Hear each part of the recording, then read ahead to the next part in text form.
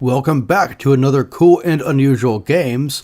It's been a while, and so I wanted to kind of come back with one of my old favorites, Spy Hunter. It's one of my favorite games of all time, and I think it's a game that a lot of people have trouble approaching because it's not really that clear how to play it in a way that doesn't just get you killed over and over. I think the biggest issue people have with Spy Hunter is they don't know what speed to really go at. And a lot of people floor it, which leads to them rear-ending other cars and not being able to dodge obstacles. You know, there's a gear shift labeled low and high, and people have joked that it should be labeled low and die. So in this video, I'm going to talk about how to play it better, but also talk about it as a game review. And Spy Hunter, I've got to say, I'm a little bit biased. It's one of my all-time favorite games. It has been since I was a little kid. I used to play it in the arcade. And I've got to preface this by saying you cannot get close to the arcade experience at home. I mean, back then you'd walk into the arcade and you'd hear that synthy rendition of the Peter Gunn theme filtering through all the other kind of more bleepy games, and you'd just be drawn to this cabinet with such cool artwork, and it had this super cool grip on the wheel with these thumb triggers and index finger triggers, and oh man, it was so rad. You know, over here on the left side of the screen, you can see these different icons, and these icons light up, and they had these icons on the cabinet, and they would physically light up. It was just such a cool arcade cab. It's such a cool game. So let me stop rambling, put a coin in, and see what we can do here. So the first thing that happens is your weapons van pulls up and drops you off, and what you want to do is get some speed on the shoulder before you pull into traffic. Otherwise you can be rear-ended and lose a life real quick. One important thing about Spy Hunter 2 is that there's a timer at the top that counts down, where you have so much time to just die as many times as you want until that counter hits 0, and then it awards you either 1 or 2 lives, or 3 actually if you do well, depending on your score at the point that the timer runs out. And it's a good idea, if you haven't played this in a while, to use this time to get used to the speed of the game, because the game moves very fast. But you don't want to floor it. One mistake people make, they floor the car and they just run into everything, and you want to go at a moderate speed like I'm doing here. And that doesn't mean that you won't sometimes be surrounded by other cars creeping up on you, but you'll have to figure out how to take them out as that happens. And that's kind of how you play Spy Hunter. Also, don't be afraid to go into your weapons van during the countdown period, because the timer does stop when you're inside of it. So yeah, pick up all the power-ups you can get. Now, did you see how I zoomed past that switchblade car?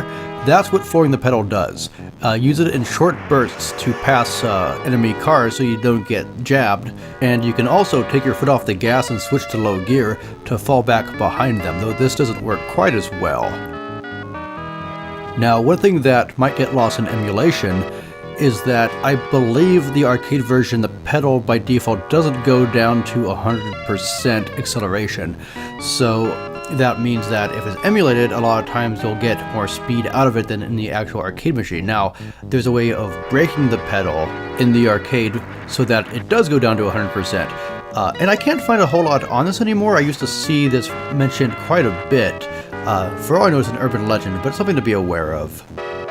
Speaking of urban legends, this game does not have an ending. I remember kids, when I was a kid, they used to say, oh yeah, there's a graveyard level and your guy stops and gets out of the car, and yeah, that doesn't happen at all.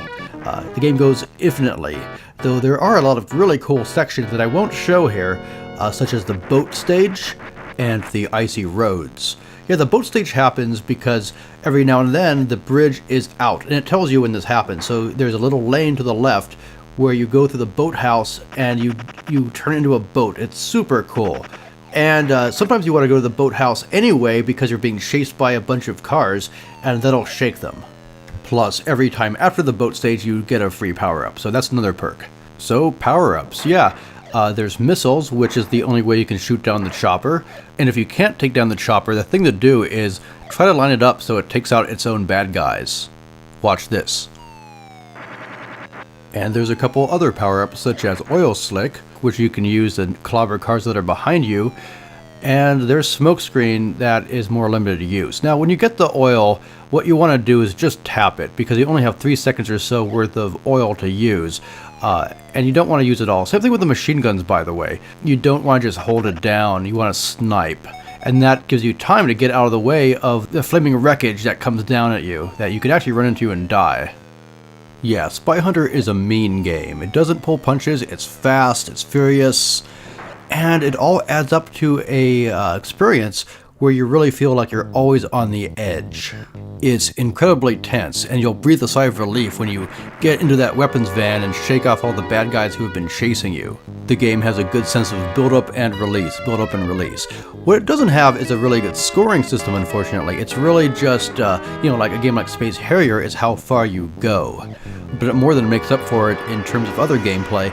And, one thing I like, aside from the difficulty, is that there are so many things that can happen. Kind of like in GTA, where unexpected things happen. Like I mentioned already, you can get the chopper to bomb its own cars, and other things happen too, like, you can use the weapons van to ram other vehicles. For instance, if you ram the spiked car with the weapons van, it'll lose the spikes on that side, so now you can bump it off the road. There's always so many things going on in this game, it's just non-stop. And I think that sets it apart from so many games of its era. This is 1983 we're talking about, where the gameplay is much more focused and controlled, which is sometimes a perk because it provides a tighter gameplay experience, but the downside is that it is in some ways less interesting. But yeah, this game is fierce. It requires a lot of control. Think something like Super Monkey Ball, where you have to be really light on the analog stick. Of course, in the arcade, you had that special steering wheel with a huge range of motion, and you can't replicate that, sadly, any other way. Analog stick is probably the best you'll get at home. And I'm playing this on my Dreamcast, just out of convenience, where up accelerates and down takes your foot off the pedal entirely, and left and right, of course, steer, and you're almost always basically in the center of the controls, unless you need to floor it for a quick second so you flick it upwards. There's a number of ports for this game. Of course, you can get it for the GameCube and PS2 and stuff on these collections. I don't know which of those control well and which ones don't.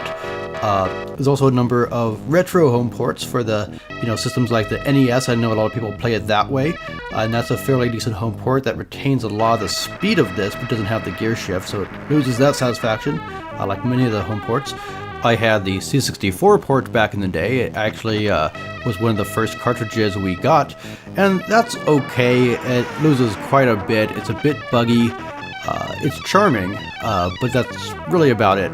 The Atari 2600 one is actually surprisingly alright. It's about what you'd expect. I think the issues with that one are maybe a little bit more forgivable than the C64 one.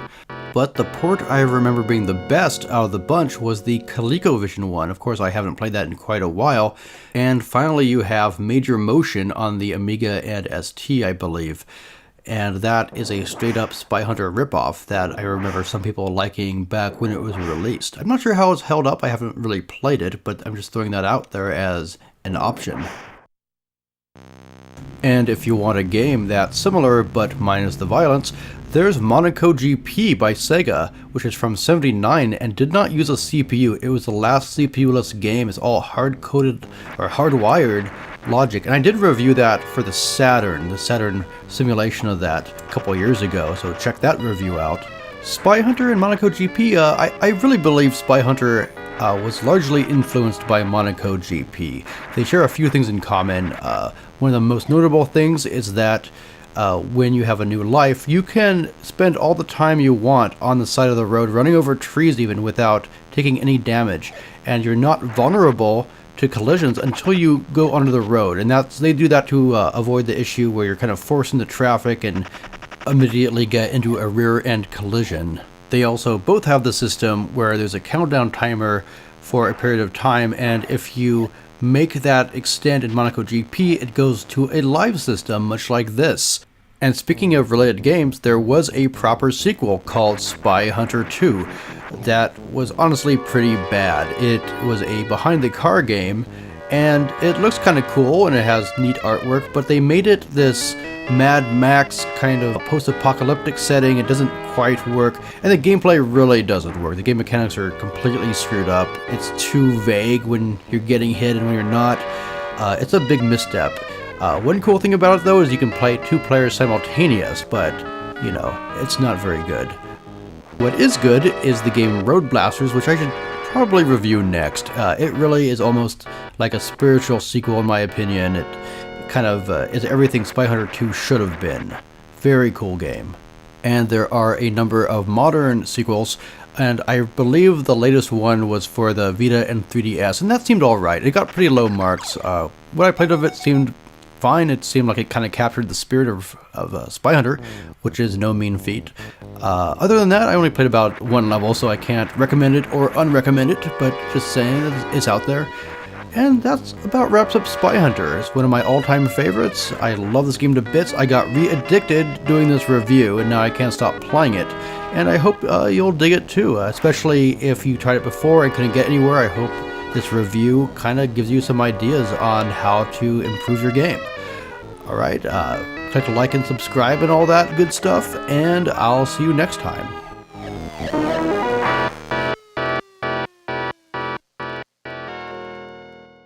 Oh, one more thing I forgot. Oh man, so many cool things about this game. The music goes into an algorithmic jam out mode, I swear, if you let it loop long enough. Definitely play this game now. Go, do it. Do it!